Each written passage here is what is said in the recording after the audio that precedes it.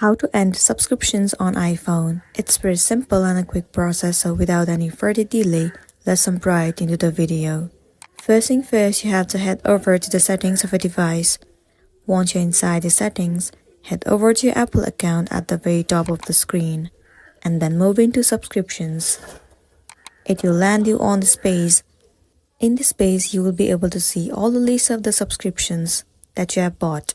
All the applications will also be available to you.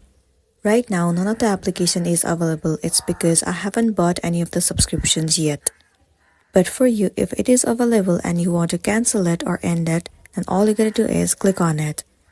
And then at the bottom right corner, you'll see the option of cancel subscription. Tap on it. After that, tap on confirm. Now within few seconds, your subscription will be cancelled and then you'll be good to go. So that's the end of the video. If this video helped you, give it a like and check out our next tutorial. Thank you.